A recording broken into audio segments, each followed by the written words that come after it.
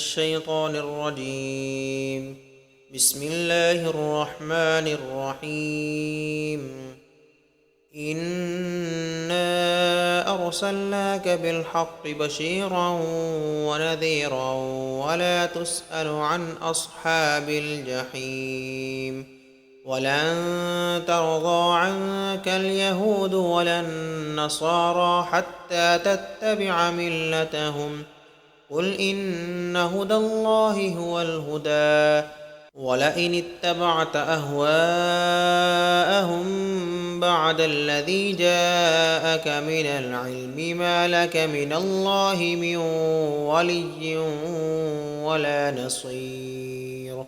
الذين آتيناهم الكتاب يتلونه حق تلاوته أولئك يؤمنون به ومن يكفر به فأولئك هم الخاسرون.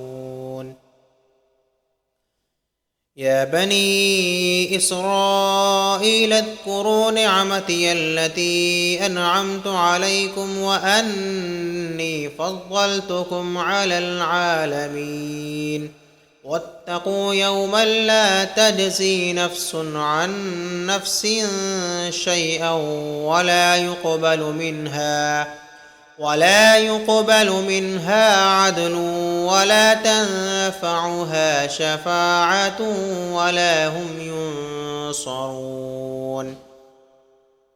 وإذ ابتلى إبراهيم ربه بكلمات فأتمهن قال إني جاعلك للناس إماما قال ومن ذريتي قال لا ينال عهد الظالمين.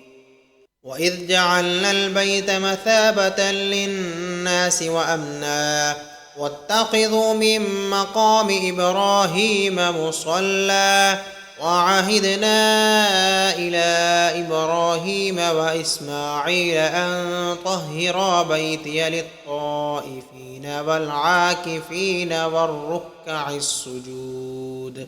وإذ قال إبراهيم رب اجعل هذا بلدا آمنا وارزق أهله من الثمرات من آمن منهم بالله واليوم الآخر قال ومن كفر فأمتعه قليلا ثم أضطره إلى عذاب النار وبئس المصير.